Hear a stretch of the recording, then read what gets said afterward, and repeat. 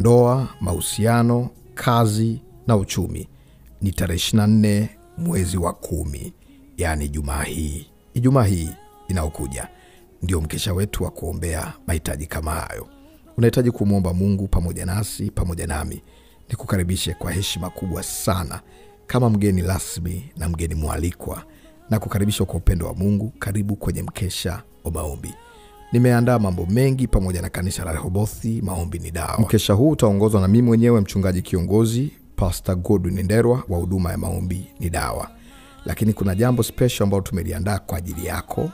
Ni tutajumuika pamoja na watumishi wa Mungu, waimbaji ambao Mungu amewapa neema na karama za kutuhudumia.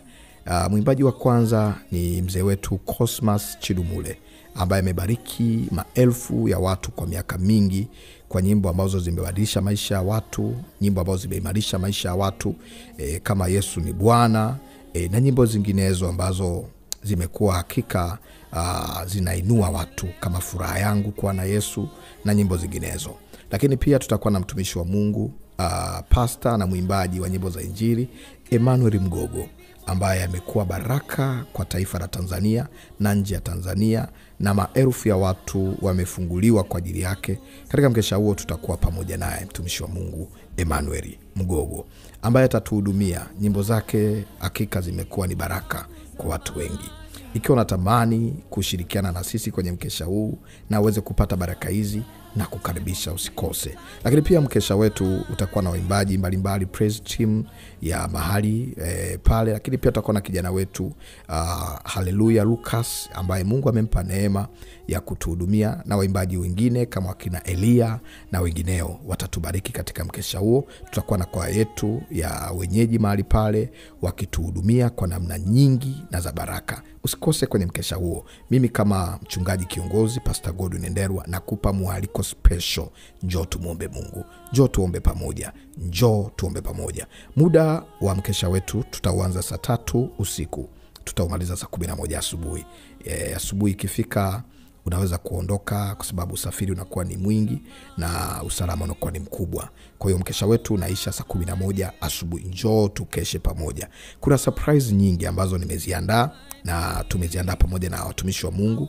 Hakika utamfurahia Mungu. Wako watumishi wengi ambao nimewaalika tuwe pamoja nao. Wachungaji wengi watakuwa madhabahuni wakihudumu pamoja na sisi, na hakika tutaenda kumuona Mungu. Tutakuwa na Pastor Beatus, tutakuwa na Pastor Jobu na watumishi wengi wa Mungu ambao Mungu amewapa neema kubwa, watakuwepo kutuhudumia. Wewe na jirani yako na mtu mwingine mwalike, mwambie ni Ijumaa hii tutakutana kwenye mkesha. Ni wapi? Ni Dar es Salaam, Mbezi, Maramba Mawili. Maramba Mwisho. Ukifika Maramba Mwisho utakutana na bango letu la Maombi ni Dawa, na tutakuwa na bango pale la mkesha kubwa kabisa ambalo litaweza kukuonyesha mkesha uko wapi. Kwa ukifika Maramba Mwisho, kumbuka ni Maramba Mwisho. Bango utalikuta pale la Maombi ni Dawa, na utakutana na bango la mkesha.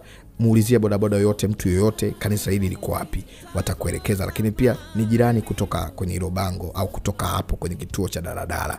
Ni jirani tu, ni mwendo wa dakika 3 utakuwa umefika kanisani, na tutafurahi kuwa pamoja na wewe. Ni mkesha mzuri. Tumeandaa kiti kwa ajili yako. Tumeandaa nafasi nzuri kwa ajili yako. Wewe ni mbarikiwa, na kualika mimi kwa heshima kubwa. Karibu mtumishi wa Mungu nikuombe. Karibu tuombe pamoja. Karibu tumtafute Mungu, maana yeye amesema kwamba tusiache kukesha na kuomba. Basi kesheni ili msiingie majaribuni. Mungu akubariki. Nitafurahi kukuona.